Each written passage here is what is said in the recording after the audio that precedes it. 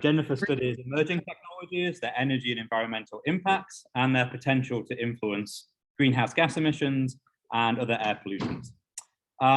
Professor Dunn holds a PhD in chemical engineering from the University of Michigan, where, yes, that's awesome, and where she was introduced to life cycle analysis through earning her master's degree in sustainable chemical engineering systems.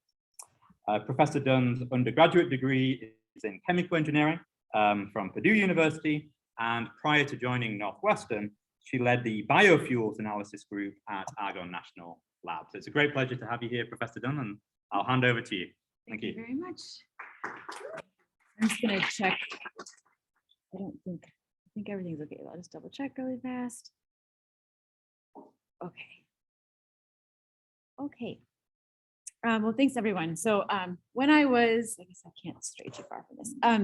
When I was coming up with this title, it was a little bit late and I was kind of tired and I think it was a little punchy. So this title's a little corny, but basically throughout this presentation, I'm going to talk about ways we can use life cycle assessment as an indicator for where we want to get to, which for most of the topics I'm discussing here are, a decarbonized society while avoiding things like the rocky shores, right, that Lighthouse has warned you about.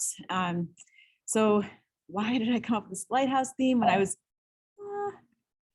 getting ready for this talk, I was thinking about Michigan, which I have very much a fondness for Michigan. So I did my graduate work here, and we've been back many times as a family. My husband also does a PhD here in economics. So we can both wear our Michigan gear with legitimacy.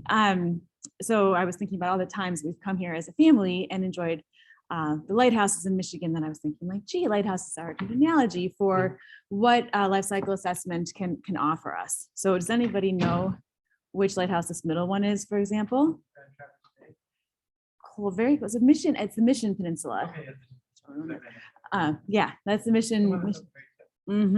Yes, one of my favorites. And this one's in Ludington State Park, and this is up outside Houghton. I forgot what this one is called, but it was December, it was cold.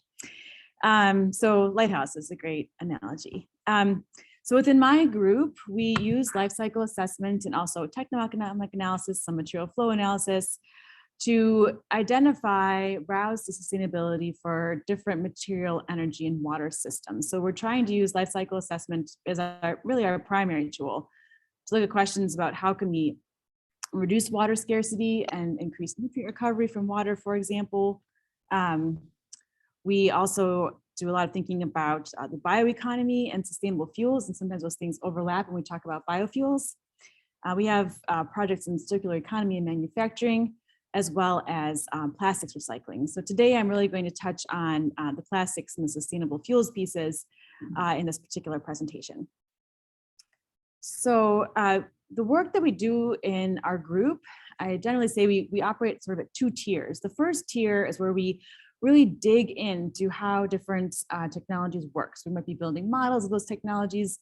Those models are often informed by data we acquire from experimental collaborators. And so one example of that is a project we have here around waste to energy with Steve Skirlos and Lute Raskin. But we have many other projects where this is the reality. We're interfacing with experimental groups and they are giving us data that inform our models. And then we're able to tell them, maybe you should avoid that solvent, or this is your most energy intensive step. Or if you use a different raw material, you'll be able to use less energy in the overall process and the result will be better for the technology you're developing. We also operate at what I consider a broader impact level, where we roll up some results of these analyses that we're doing on the individual technology level and say, what happens if this deploys on a large scale? What types of changes might we expect in an individual sector like the transportation sector, or at a societal level, including the transportation sector and other sectors. And in doing this work, we really have two objectives. One is to guide technology developers, like I mentioned, giving pointers on ways to improve a certain technology sustainability. And we also carry out analyses to inform policy developments around energy, material, and water transitions. So today I'm going to give you three case studies from our group that illustrates this metaphor of life cycle assessment as a lighthouse. And the first example I'm going to give is of the co-deployment of electrification and biofuels For some, this is an either or question. Do we do electrification? Do we do biofuels? But I would argue that both have their unique role to play in decarbonizing transportation. So I've been working on this problem for a while. And back in 2015, I think, I was at Argonne National Laboratory. I was part of a large 9 national laboratory consortium looking at how do we sort of mine biomass for unique compounds to biomass that could enhance fuel economy when blended in with gasoline. So we're looking at light duty vehicle fleet fuel economy gains from the wonderful properties of biomass derived fuels. And then I came home from work one day and The Economist was in our mailbox. This was on the cover. And basically this kind of, to me, like precipitated a lot of deep thought for both me and the broader consortium I was part of on what is the role of biofuels in the light duty fleet if we really are going to push towards electrification. And so basically this figure is saying like, we're done with the internal combustion engine for light duty vehicles. We're moving towards electrification. And within the Department of Energy, there was also a lot of soul searching around continuing to provide resources for evaluations of the types of work that we were doing. But there's a lot that biofuels can do beyond internal combustion engines for light duty vehicles. There are transportation sectors that are hard to decarbonize, sectors that really need that high energy density you get from liquid fuels. So we said, okay, like let's think about ways that biofuels can contribute to these hard to decarbonize sectors, especially in the next 20 to 30 years, and trying to understand how they might complement what we can do with electrification in the light duty fleet. So I've, over the years, done a lot of work around biofuel life cycle assessments. That work, my work along with others at Argonne, this work is in collaboration with Argonne. We've basically built these pathways for producing these fuels into Argonne's GREET model. And we can go dig in that model and pull out life cycle assessment results for many of these types of fuels produced from many different types of feedstocks. But these are the heavy duty aviation and marine relevant biofuels that can be produced by many different pathways. And some of these pathways are more ready to go than others. So keeping this in mind, think about, okay, well, how can we put these fuels forward in a way that can decarbonize transportation? Well, first you need biomass to do that, right? If you're going to push forward on biofuels, you need the biomass. And there's been a lot of concern around using food crops for biofuels, so corn and soy in particular in the US, but also sugarcane, palm oil, et cetera, from other countries. Every few years, the US Department of Energy does a study called the Billion Ton Study to evaluate if we want to produce 1 billion tons of biomass, where would that come from in the US if we don't increase amounts of corn, soy, our food-based crops? We want to avoid the food fuel conundrum.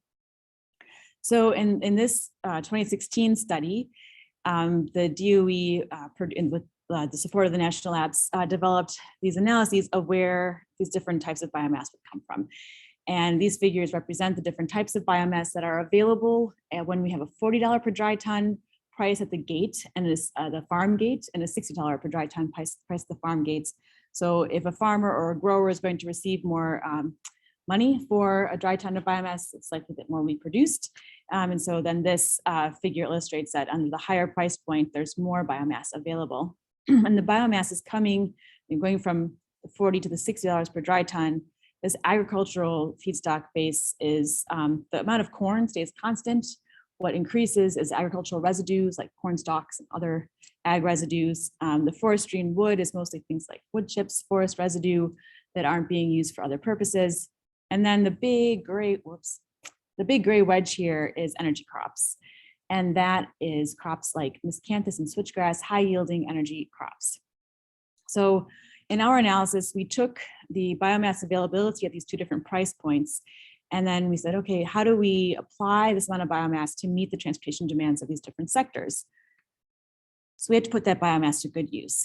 So there's no, one clear way to do this. So we developed some different scenarios. The first we could call the no favorites scenarios. We sort of poured biomass and biofuels as they became available based on this availability. This is kind of flat, but this one's really increasing over time. As we poured them into these different sectors at equal blending levels, which increased equally incrementally. In the second scenario, we prioritized the aviation sector. If you've got on a United flight lately, the first thing you see after the safety video is their "We make fuels from waste" video. So aviation sector, proud early adopter of biofuels. If you've been in the biofuel space for a long time, it's very refreshing to go to Boeing and hear them just be so enthusiastic about biofuels as compared to some other audiences that are much less enthusiastic about them. In scenario 2, we also assumed very aggressive electrification of the heavy duty fleet. And then finally, in the third scenario, we sort of split the biomass. We prioritized aviation and heavy duty trucking as the first priorities. Marine got the dregs, so to speak. So I'm going to have a brief comment on methodology, but basically in this analysis, what we have is a fuel consumption by type in every year. And we marry that up with emission factors of each fuel, greenhouse gases, water consumption, energy consumption. We marry up the fuel by type and year, and then the emission factor, and you multiply that out and you get your total emissions, your total water consumption year on year. And we used Argonne-based or Argonne-initiated models to do this. And these are our results. So I'm going to walk you through these, starting with the greenhouse gas result on the top left. The first line to look at in any of these figures is this blue line, which is our reference case. This is based on the annual energy outlook from the Energy Information Administration. So every year, our DOE puts out an estimate of how our fuel consumption will change over time. And nothing special is going on. It's kind of business as usual. The yellow line is what happens if we adopt a very aggressive electrification scenario for the light duty fleet. And this here gets us in 2050, we get to a 28% reduction in the year 2050 compared to our baseline case. Now your eye should be drawn to these orange lines and these gray lines. And so this reflects our biomass push through scenarios where we're applying biomass and biofuels in large quantities to our hard to decarbonize sectors. And the one thing you might notice is, despite all of our careful thought into the construction of our scenarios, like these lines are pretty darn close together. So we probably could have saved ourselves some effort, just gone with one scenario, would have been probably okay. But we had to be thorough. So the orange lines here reflect when we hit the $40 per dry ton price point, so less biomass available, therefore less fuels deployed, less GHG reduction achieved. But when we get to the $60 per dry ton price point, we get a 52% reduction in GHG. So basically we're pushing beyond 11% reduction to a 52% reduction in greenhouse gas emissions for the transportation sector in the year 2050 by not ignoring our biomass resource. So I think this is an important result, that biomass or biofuels do have a role to play in the overall transportation sector landscape. If we move to the water consumption results, again, here's our blue line base case. Every single time we have higher water consumption than our base case. Our fossil fuel supply chain is just super water efficient. We just don't consume a lot of water in petroleum extraction or processing. Even electricity, coal, fire power plants, there's cooling water involved, so you're just not as water efficient. And then the biofuel pathways, because we're leaning on things that don't require a lot of irrigation, the main water consumption impact comes down to the conversion process, where you're taking biomass to a biofuel, and that can indeed consume a lot of water. Many of these processes are not yet commercial, so we're leaning on models to tell us how this process is going to work. And these are built in Aspen Plus, typically, chemical engineering, like standby tool. And those models are often optimized for heat integration, but not for water efficiency. So I think there's some room to grow, definitely, in even how we model these processes, let alone how they're actually implemented when they come online. So I think there's opportunity for improving their water efficiency. This lower left panel has to do with PM 2.5 emission reductions. In every instance that we evaluated, we see a reduction. Best case scenario is that highest biofuel deployment scenario. PM 2.5, when you think about air pollutant emissions, in terms of the cost benefit of reducing emissions, PM 2.5 is one of the best pollutants to reduce because it has a direct tie to mortality and saves money, but also saves lives to reduce PM 2.5 emissions. So that's a very nice, you might say, co-benefit of reducing GHG emissions. We also aim to reduce fossil fuel consumption. We see very similar trends in our fossil fuel consumption results as we do in our GHG results, because one of the biggest parts of GHG emissions, of course, is actually just burning the fuel. So these kind of pair up very, very closely. Okay, so you might have a few questions on your mind, and the big gorilla in the room, 500-pound gorilla, whatever, is land use change when we think about biofuels, right? So this has been the Achilles heel of a lot of discussions around biofuels and are they sustainable? So we did evaluate the land use in these different scenarios at the two different price points of biomass. And you can see here, we're at about a 3 million hectare increase. And here we could go all the way up to around like a 21-ish, 20%, not 20%, 20 million hectare increase in land use. Okay, so that might look bad, but let's dig in a little deeper. Where is that land coming from? And in the analysis that the billion ton study did is they prioritized using marginal land to grow these energy crops.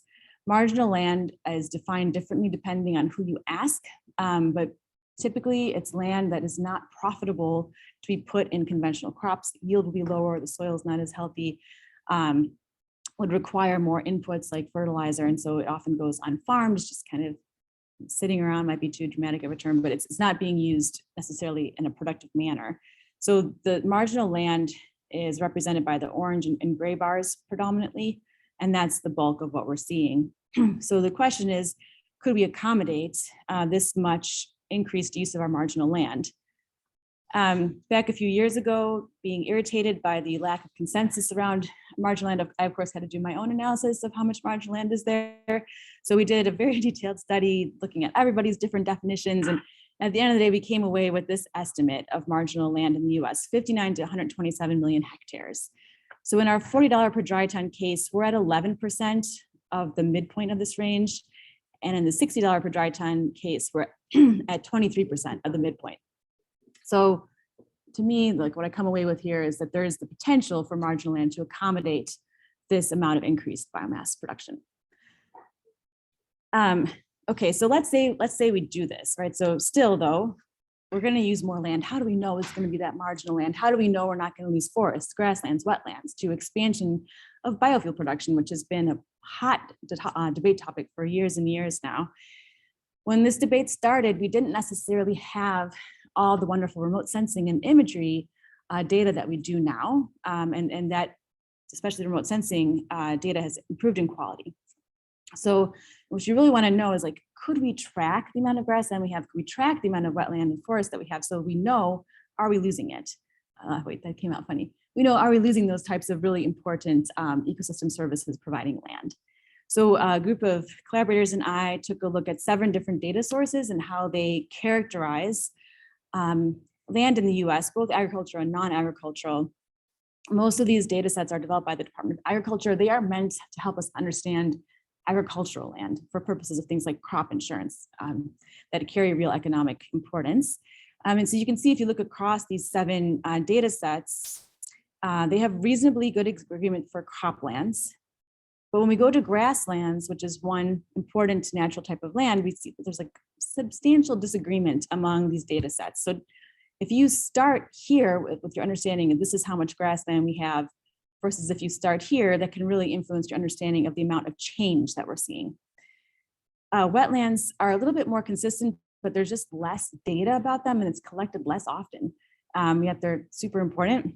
Woodlands, what I find kind of interesting about this particular little piece here is that the largest estimate of woodlands comes from the forest inventory analysis, and you feel like they should know, right? I mean, it's their job, so I kind of am going to believe them, but they are out of agreement with the other data sources. So our whole point in doing this analysis was, what do we have on hand that can help us understand these different types of land, and can we monitor their loss? So being unsatisfied to some extent with what we have on hand, I turned to a colleague in electrical engineering who works with imagery, machine learning of imagery, technically tends to work in like the medical field, like finding cancerous tumors and whatnot. I said, how do you feel about working on wetlands? He said, okay. So we started working on developing a machine learning algorithm to help us monitor land, in particular wetlands. We started with wetlands. That was a mistake. I'll tell you why in a moment. But we're also now working on grasslands. So working with him and a bunch of really talented students, as well as a couple of wetlands experts, which were essential to this whole story, We built a new algorithm called WetSegNet that's 98% accurate for identifying wetlands in Illinois. Because wetlands turns out are really hard to figure out because, every year it might rain more, it might rain less. Over the course of a single summer, you're going to see fluctuations. So this was a bad land type to start with, and I may have burned out my EE friends. But nonetheless, we came up with this algorithm. Turns out Illinois has a really fantastic testing and training data set for wetlands. Did not know that about my home states. We did call up Michigan for something similar, and they did not have it or really want to help us. So we went with Illinois. But this you can see in these figures how the model, the blue lines, compare against what we know to be the perimeter of the wetland. So overall, the data that we evaluated here, it was a 98% accuracy. So you may be aware that in the Amazon rainforest, deforestation is tracked in real time. There are alarms that go off somewhere when deforestation is detected. So what I'd like to see evolve over the course of time, if we're really worried about biofuels and we're really concerned that we're losing wetlands, grasslands, forests, we need to be building something similar here in the US using all of our amazing satellite imagery, our amazing engineers who know how to do machine learning to help us really understand what's happening to our land base. And of course, that has applications beyond biofuels. We're interested in land as carbon storage, as ecosystem service providers. So overall, there's a lot of importance around understanding our land base. So this is my first example. We're concerned about climate change. Should we take biofuels off the table? LCA says, no, we should keep them on the table, keeping an eye on things like water. Could be a rocky shore, water consumption could be a rocky shore to avoid, as could inappropriate or use of land that we don't like in terms of preserving ecosystem services like carbon storage. So this was our conclusions from this particular study. I'm going to turn the page and stay on somewhat of a similar theme around, again, like the role of electrification. So we see electrification is important for the light duty fleet, but as many of you are aware, to deploy electrification at the types of scales we're talking about now requires a lot of minerals. And I've been thinking about this also since roughly about 2015, but only since coming to Northwestern did I really have the chance to dive in, because I was able to connect with some social scientists, which was really important for me as an engineer to do this in any sort of defensible way. So critical minerals, I think we're all aware, are really central to lithium-ion batteries. We hear a lot. I mean, many people, the news, Congress are talking about lithium, manganese, cobalt, nickel, and aluminum. Graphite's also an important mineral. This is just for batteries, but other decarbonization technologies, of course, use other minerals. So what I really wanted to do with my LCA's Lighthouse analogy is I want to be sure if I'm going to compare an electric vehicle against an internal combustion engine vehicle that I'm capturing the important environmental and social effects in both supply chains, so that my LCA metrics are going to calculate those important effects and help me compare them, ideally apples to apples. But LCAs for many transportation technologies tend to focus on things like greenhouse gas emissions, because we're interested in decarbonization, so nothing wrong with that. Also water consumption, important because of water scarcity, and energy consumption, because we're interested in energy efficiency and energy conservation. Sometimes you'll see LCAs that report results for other things like biodiversity, et cetera, but often that's not the case for minerals mining. So working with the political science colleague, Kim Swasia, she introduced me to the Environmental Justice Atlas, which catalogs cases that communities or NGOs report about environmental justice instances. And it doesn't have to be in mining, it can really be anything. You can see there's a case down here related to an airport. So it covers the universe of potential EJ issues, but we turned to it and pulled out cases pertaining to the critical minerals list for the US. To give you a sense for like what a case looks like in the EJ Atlas, this pertains to copper mining in Brazil. And so you can see it lists out the environmental impacts around water issues, deforestation, biodiversity loss, and so on. So what we want to do is comb through these cases using a software package called NVivo that can comb through text in a very handy and speedier way than you can individually, and pull out what are the important effects. And then I want to see what are the important effects to include in LCA, and how does LCA handle them today? Is it good enough? And if not, what can we do about it? So our preliminary results, this is unpublished stuff. Our preliminary results indicate that across the different minerals that we looked at, there are indicators that are very important based on what the EJ Atlas is telling us that are typically not reflected in LCA results for these different minerals. And across the top here, you're looking at the biodiversity related indicators. We see a lot of indicators around the issue of food insecurity, which may be more of a social impact. Again, these are preliminary results. We're still kind of sorting things. And we also have water supply, water scarcity reflected in these preliminary results. So again, the issue here is to think through what is LCA typically looking at and how do we need to expand that to make sure we're capturing all the relevant effects. We took a deep dive into this. Actually, this predates the work we're doing with the EJ Atlas, looking at cobalt mining in the Democratic Republic of the Congo. Again, this is in the news. It's been in the news for years and years that this is happening. In terms of, by this, I mean that we source over half of our cobalt from Katanga. 15 to 20% of that is mined by hand. And there's a lot of social and environmental effects that go along with that, despite efforts to cut back on these types of issues, including child labor. So we received a little bit of funding from Northwestern to go to the Democratic Republic of the Congo, which our colleague Gabriel did. There we go, Gabriel. To try and understand what are the effects, which we had, of course, some support from the existing literature on knowing what those effects were. But I was particularly interested in understanding what are the possible data sources we can turn to at the local level to understand these effects. I don't want to use country level data. I want to use locally specific data, but that's expensive and time consuming to get. So what types of data sources are there? What can we think about in terms of how to be able to turn around data collection more quickly so that but yet accurately. So we're reflecting what's happening that can be put in front of decision makers. So Gabriel went to Congo. He took these photographs. You can see some of the like just pops out at you. There are mines dug in the middle of communities pose a very large safety hazard. Women wash or in lakes where they're exposed to high concentration. So a lot of these issues that have been documented, we definitely still see there. So what did we come away with? So my colleague on this, Sarah Young, and her student, Josh Miller, they are anthropologists. I mentioned working with social scientists, so I make sure I know what I'm doing around this, but also anthropologists have a lot of experience translating qualitative social effects into quantitative metrics. So Sarah Young, for example, works on water insecurity, and she's developed a cross-culturally validated scale for water security. So cross-culturally validated means she can take her scale and apply it in Kenya, apply it in the US, apply it in France, and the number you get, you will be able to interpret regardless of the culture or location where you applied your scale. So we think that measuring food insecurity with one of these scales is important because we learned from our trip there that basically some small scale farming that people do individually to grow crops for their families. Those farms are, they're not really farms, they're just plots of land, but they're raised so that mining can occur. This is causing food insecurity where people are walking quite far distances to acquire food.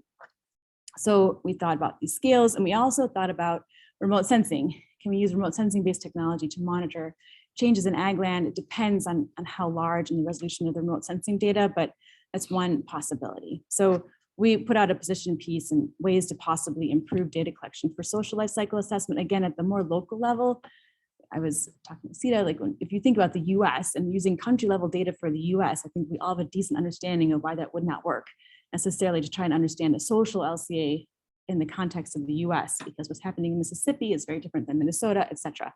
So local data is really important, but it's expensive. So we were trying to provide some recommendations for making it less so. When we go back to our EJ Atlas, we saw some similar social issues arise, what we saw in the DRC, which honestly is really underrepresented in this database, because again, you got to have the resources and the knowledge that this database exists and have someone to upload your stuff into it. And there are only actually 5 cases compared to around 40 for Peru, for example. But to return to this, for the social indicators, the indicators relevant to land and culture and labor really dominated the types of issues that were reported in the cases. So if we're going to use social LCA to evaluate mining in these contexts, we need to keep an eye on these types of indicators and ideally think about ways we can have locally specific indicators in ways that are cost effective and relatively timely. So all this is very important in my mind because we continue to turn to electrification and wanting to scale it up very, very quickly to address climate change, which of course is a very important goal. And we just got a big shot in the arm for this from the 2022 Inflation Reduction Act, which has many provisions that pertain to EVs and making them tax credit eligible under this program. So this is just one of the provisions, but it really jumped out at me because what this provision is saying is that in about 5 years, we need to have 80% of our market value of critical minerals. If you want your EV to be tax credit eligible, you need to have 80% of the market value of the minerals in its battery be from one of these three sources: the US, one of our free trade agreement countries, or from recycling in North America. And no part of the supply chain can touch China. So it has to be from, it can touch other countries, but it can't touch China. And when I read this, my first thought was this is going to be very challenging to pull this off in 5 years. And there are other issues like who defines market value? What point in time are you assessing market value? So there are other issues around some of the choices of values and definitions within this statement. But when this came out, I thought, okay, now is the time to try and think about, can we do this based on what these provisions are requiring? So my student got her first taste of what we used to call a fast turnaround analysis at Argonne. I'm gonna sit down and do this right now. So we took a look at, for our projected range in batteries. So of course, the projected range of EVs that will be on the road in about 5 years depends on who you ask. This is the IEA, International Energy Agency estimates. So turn to a different source, you're going to get a different number, but they estimate 1 to 2 EVs sold in about 5 years in the US. So we want to see our number of tax credit eligible batteries at least get into this yellow zone.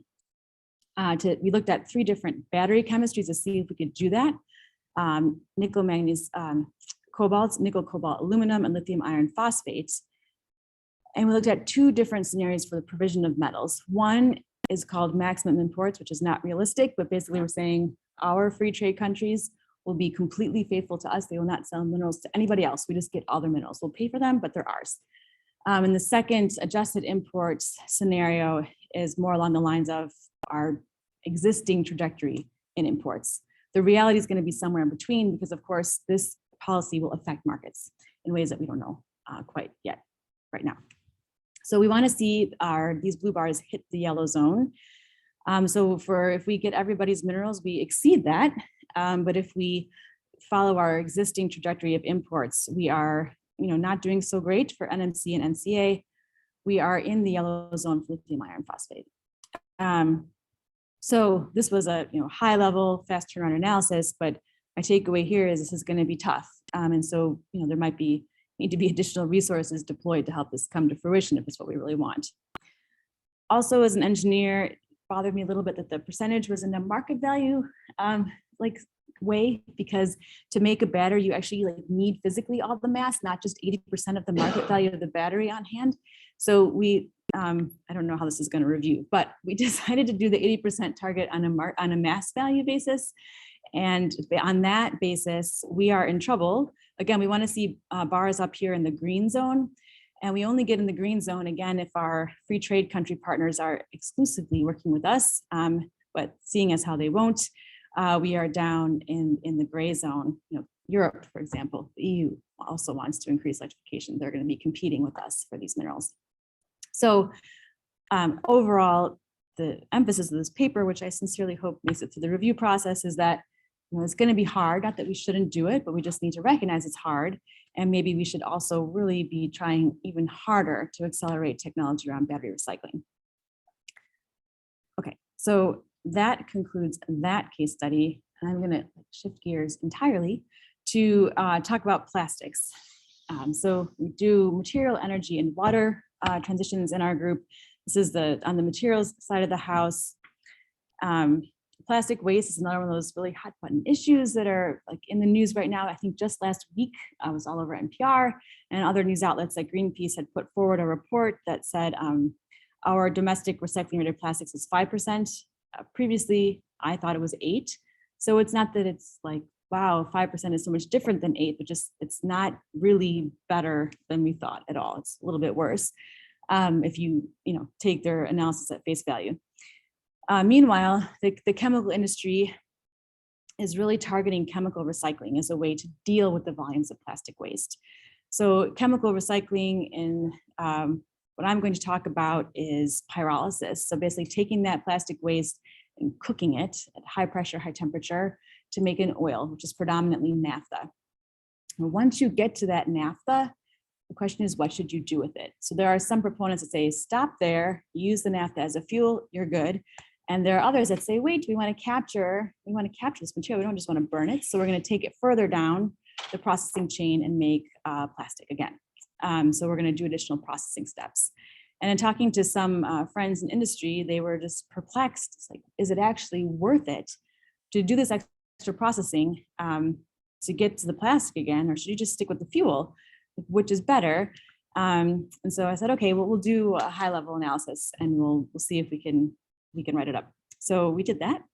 And we looked at two different functional units. So I'm only going to talk about one today because of the time constraints around giving a seminar.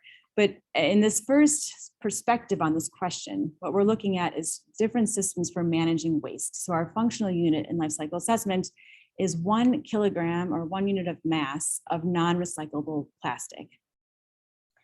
And what do we do with that? So a kilogram of non-recycled plastic means that this plastic is not, the market value of recycling is not viable. It's just not economically viable to recycle. So it's gonna go to our waste handling processes. So our baseline for that is 20% waste to electricity in the US and 80% to landfill. So this is our baseline. And we say, okay, we make electricity in this incineration process. We're going to take a credit for displacing conventional electricity. So this is a thing we do in LCA called displacement.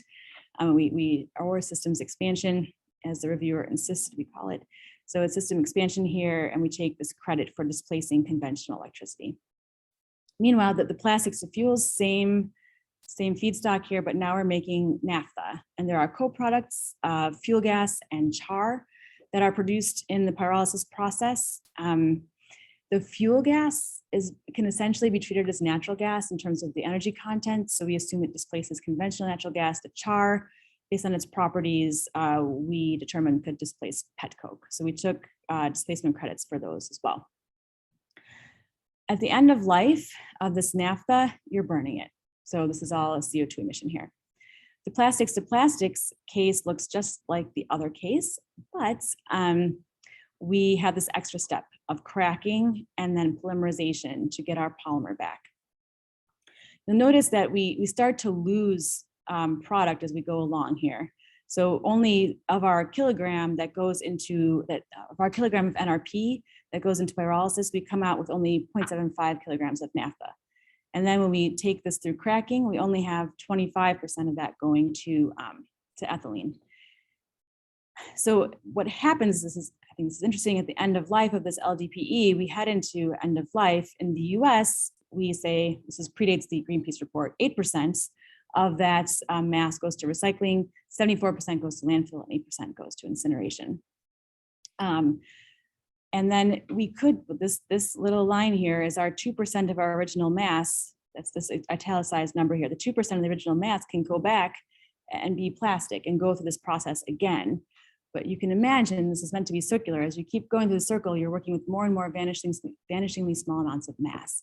So although pyrolysis is really posed as a circular solution, there needs to be a lot of improvement in these yields to push it really towards circularity. So here are our results for the perspective of waste management. So dealing with 1 kilogram of non-recycled plastic. We looked at the US as a case study and also the EU in a way to get a range of results. The EU differs from the US in its recycling rate, which is more like 33% instead of 5 to 8. And also there's more incineration in the EU than there is here in the US. So the first bars to look at here are the yellow bars. So this is our baseline waste management in the US, baseline waste management in the EU. The baseline number in the EU is higher because we have more incineration, more stuff's getting burned, as opposed to if you stick plastic in a landfill, it will stay there for a very long time. And so this number is lower. So then if we can, next step, we're going to look at the plastics to fuels results. And this blue bar here is the pyrolysis process itself. We take a credit for displacing our co-products, our naphtha, and we have our combustion at end of life. And so we end up with 2 kilograms of CO2 equivalent per kilogram of non-recycled plastic, which is higher than our baseline number. For plastics to plastics, we have that same blue bar for pyrolysis. I really should have brought a laser pointer, sorry. Blue bar for pyrolysis. And then these 2 reddish bars are the additional processing, the cracking and the polymerization. So this, if you just looked at the cradle to the pyrolysis factory gate, you would be seeing a higher results for plastics to plastics than plastics to fuels. The plastics to plastics route, though, also has displacement of conventional LDPE, low density polyethylene.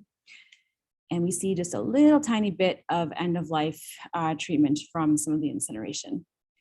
But if we look at the net here, we're around 0.05 compared to 2. So the P2P, the plastics to plastics route, is winning from a GHG perspective. And the same really holds true in the EU, despite these differences in the baseline system and a few other differences, like difference in the carbon intensity of the grid, for example. So when you do waste to electricity, you displace electricity. If your grid that you are displacing is lower carbon, you get a lower displacement credits.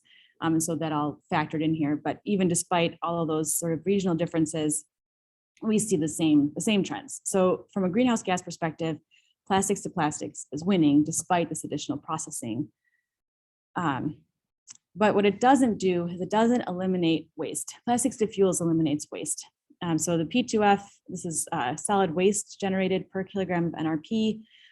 These are our baseline numbers here, and our P2F numbers and our P2P numbers. So P2F, there's no waste generated. So, if our objective is to get rid of plastic waste, given that the P2P circle is not perfect by any means, we might want to leave pyrolysis to fuels on the table. So this question of what is the role of pyrolysis and what can life cycle assessment tell us about that role?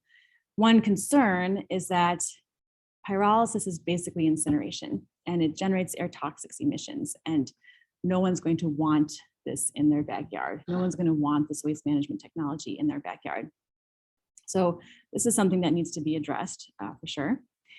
And then, this somewhat eternal question of, is it better to use that inherent value, the inherent energy content of waste plastic only, once, but get rid of waste, or more than once and recover some of it?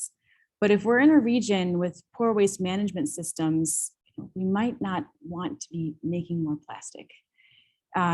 So it's really something to consider. Here in the US, we do really well, but we're still one of the main contributors to plastic in coastal ecosystems. So, I used to say, I don't think plastic waste is a problem in the US, but it really is. And so we need to, if it's a problem for us, it's certainly a problem for regions with very immature waste management systems. So another kind of point around LCA and its ability to serve as a lighthouse here is that we don't do a good job yet with quantifying the impacts of plastic waste at all scales, like just the plastic bottles sitting in a river down to the microplastics or nanoplastics. We don't do a good job of quantifying the effects on ecosystems. There are some data and some efforts to do that, but they're still pretty young. And so I have a hard time in my LCA world comparing the relative benefits of cutting GHG emissions versus worrying about ecosystem quality. And the United Nations is working on this treaty to end plastic waste, and they have a really nice summary of all the environmental effects of plastics. And one of them, which I did not know until I read that, was that microplastics in the oceans actually impacts the ocean's carbon cycle in a way that makes global warming worse. So there's a feedback loop there that's not accounted for, certainly in the LCA that I did, and I would argue most LCAs of plastics. So something to continue working on in the LCA community. And finally, the way that you handle circularity in LCA, we did it one way. There's a whole bunch of ways to do it. No one agrees on what's the best way. So this is another fun debate for LCA wonky types to have probably for the next decade or so. So again, so we can use LCA as a lighthouse here, but it's not necessary. It could be a little foggy. Like it's not going to necessarily tell you this is the way to go. There's considerations to take into account. And I would say they're largely somewhat place-based for this and the electrification example as a second example. Okay, so I'm just going to conclude by saying that I do think LCA has a role in guiding technology and policy development as we try to move our society towards greater sustainability. I recently concluded a National Academy's report. I was on the committee that wrote this report on life cycle assessment for low carbon transportation fuels. And this was a committee in which around 15 people with the exact same expertise sat on many, many Zoom calls and tried to reach consensus about how to do LCA. And it was very, very, very, very difficult. And so to me, this is both a good thing and a bad thing. There's lots of interesting topics to explore, but I think it can sort of damage the credibility or people's willingness to use LCA when they see the expert community grapple with some of these issues. But if you're up for a good read, I recommend it. I think it did come out pretty well. Yeah. So, and then my acknowledgement, this is my research group. And the past few months, I've had 4 postdocs receive offers from industry and take their next position. So I'm currently looking for postdocs, as is everybody else. But if you didn't want to stay here, and you're interested in being in the Chicago area, please let me know. And finally, just to acknowledge the various sponsors that have supported this work. Happy to take questions.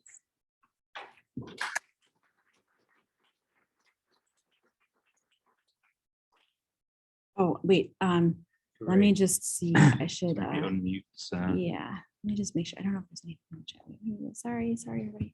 Maybe to Okay, begin there. with, as people formulate their questions on Zoom, are there any questions in here? Yeah. Sure, at the back, maybe. Yeah. Thank you so much for I'll let you then. sharing this amazing studies. Love the P2P concept. I have a very quick clarifying question from case study 1, the very first slide you showed before cohort results. I noticed that in the baseline case scenario for the fossil fuel line, Yeah. there was a slight dip and then there was a slight increase in the coming years. It was a bit unexpected for me. People like what might explain that behavior. Yeah, it's just people drive more. So eventually the increased demand for mileage or the increased miles travel overcome efficiency gains. So that's a really heartening outcome. Yeah, so basically we just want to drive more. So car companies, fuel providers can work to increase efficiency, but eventually we kind of demand overcomes those gains.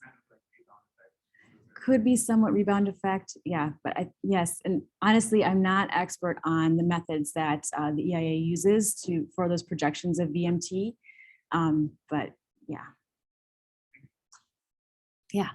Really great talk. I love that you did the ground truth. In the second part of your question, you talked about some of these things that aren't normally taken into account, diversity, for example. And I'm wondering if you link that back to the first part of your talk, the analysis of biofuels. It looked like you're looking at things like DMT, and more standard markers. But for example, is biodiversity a concern given the monoculture of biofuels growing in marginal land, displacing native plant populations? Yes, so it is indeed an important consideration around biofuels and agriculture. I think the really cool thing about agriculture is that you can engineer agriculture to help you achieve objectives that you want to achieve, like biodiversity, for example. So I had some colleagues at Northwestern and Argonne who are working on installing sensors in farm fields, and others are doing this as well, but where you can kind of check out species diversity, for example, and then understand how you might tailor your row on row cropping or other approaches to your farming that can help enhance biodiversity. So again, it comes down to intentional design of what you're doing, whether that's mining or farming. We need to keep leveraging our enhancements in sensing, for example, and other technologies to do a better job. But yeah, it's not that biodiversity is not an issue around, biodiversity is not an issue for biofuels, it is. But especially for things like grasses like miscanthus and switchgrass, they are grasses. And so I feel like there's some hope that species can adapt to having those grasses around, but this is a question for Probably biologist. Yeah, that's Yeah. because adaptation might take a long time. Could be. Just wonder if I could do a little quick on that. I was wondering, it looked like a lot of the assumptions of projected growth relied on, so-called Gen2 and beyond biofuels. And given the fact that we're behind on our S2 standards right now, and the marginal amount of cellulose, for example, is still small, are we relying on some sort of projected technological or economic advancements to enable these sort of Gen2 biofuels to go for the next 30 years? Okay, so I realize I should be repeating the question for people online, so I'm sorry. The question was, in the biofuel analysis, all the biofuels are Gen 2. So basically, the philosophy behind that is we should not be leaning on food-based biofuels to power our way towards decarbonization.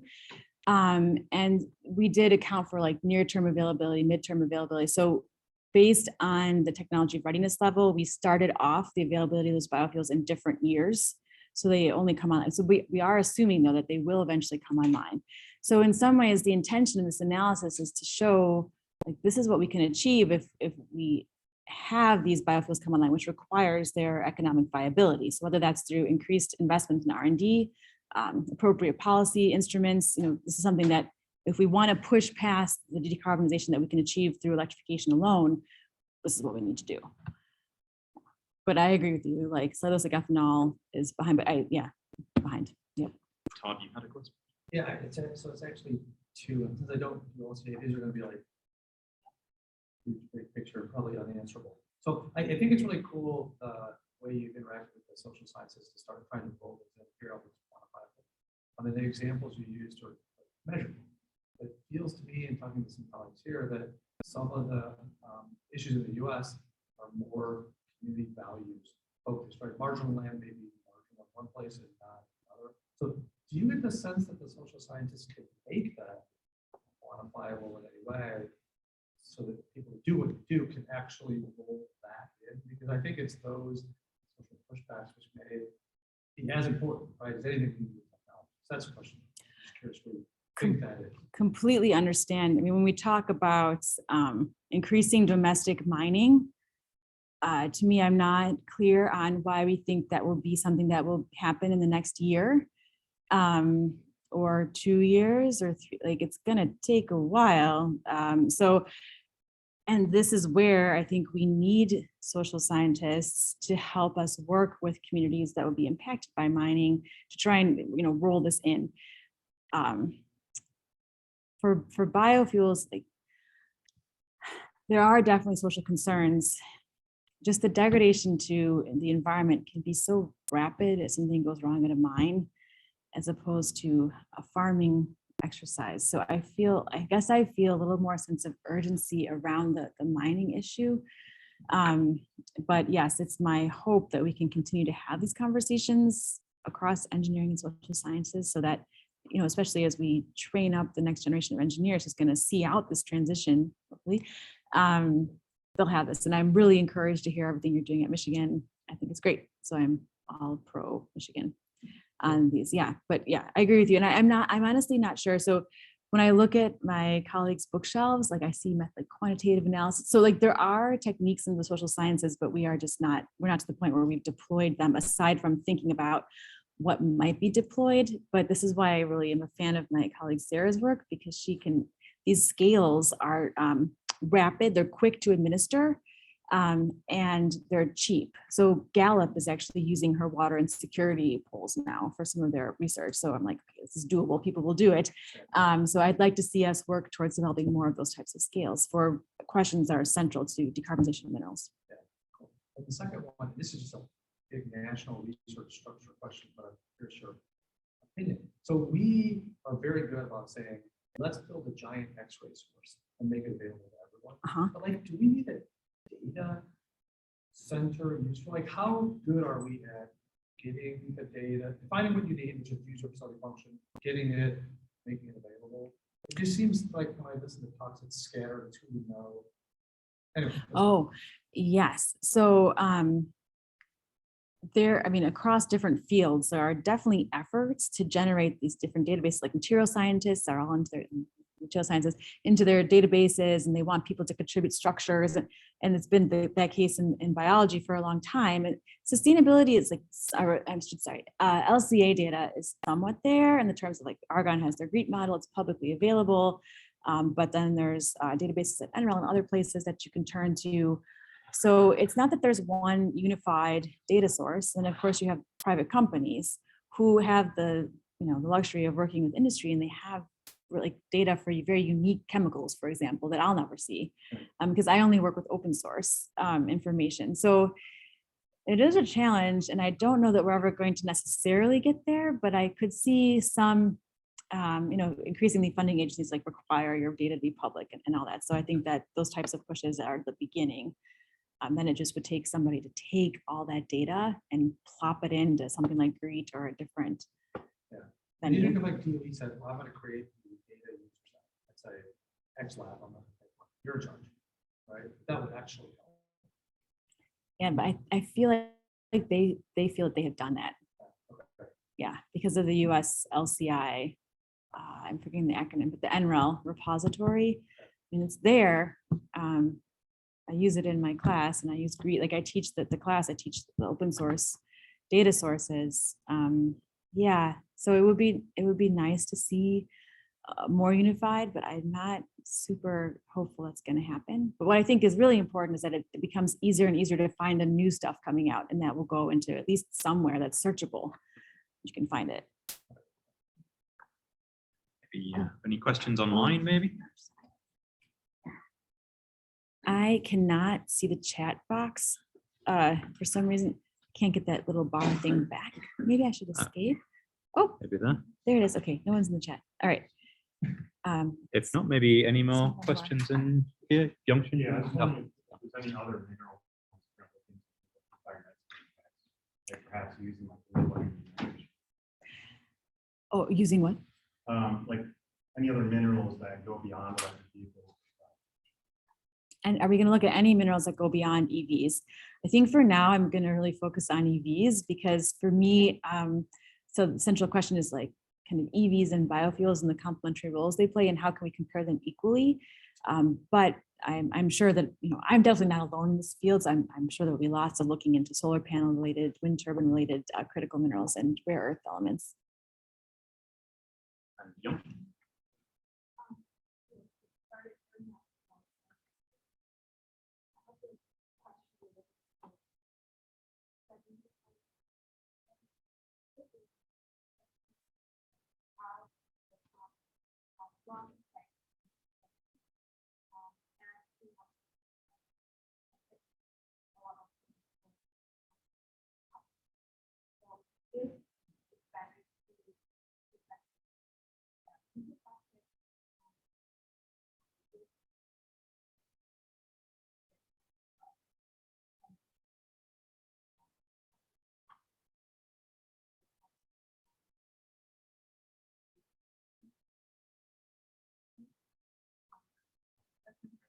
Oh, first question. So the first question is, in the biomass availability, there's municipal waste. And are we going to detract from things like circularity of plastics if we put that towards biofuels? That municipal waste number is actually just organic waste. So there's no plastic waste in that number. So it's like grass clippings, food waste, things like that. Okay, did you have a second question?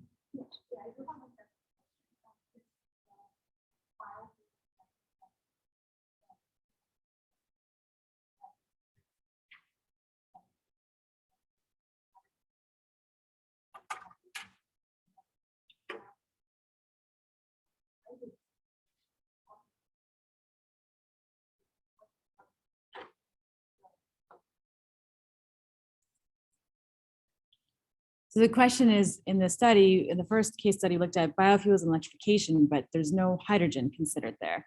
And so what's the relative contribution of hydrogen? So you're right, we did not look at it. And to do so would somewhat complicate the picture, because some of the biomass would be, hydrogen would be produced from electricity. And so then you have competing demand for electricity. So we did look at how much more electricity would need to be generated, and a bunch more you'd need to generate to just hit the electrification type targets. Then if you want to make e-hydrogen, you have to increase that even more. So we limited our scope to those two. There are many people at Michigan and Northwestern right now thinking about the role of hydrogen because of the hydrogen hub proposal that we're both on. So I expect we'll be looking into that question more. Great, maybe one more? Or? Sure. And I like, yeah. Hi. Thank you very much for very interesting talk, and especially on the topic, I think I have not seen like many people work on this at all. So, I have a question on the GHG emission part. So, like from the plastic film, have you considered that like that GHG emission from the plastic fuel, it can kind of like replace the GHG that will come from like the like fossil fuel, like EPU that Right. So when we go plastics to fuels, we're going to combust the naphtha that we make from the plastic. And so then the question is, do we account for the fact that we're displacing the use of a conventional naphtha fuel? So basically, whether that naphtha comes from the waste plastic or fossil fuels, we're going to combust it. So we don't get to take away the emissions of combusting the naphtha, but we can say we can displace the emissions associated with producing the naphtha from petroleum. But in either case, you'd combust it, so you still have to like take that hit, so to speak. It's past 5 o'clock, so I think we should wrap it up there. Thank you again, Professor Dunn, for a very interesting talk. Thank you.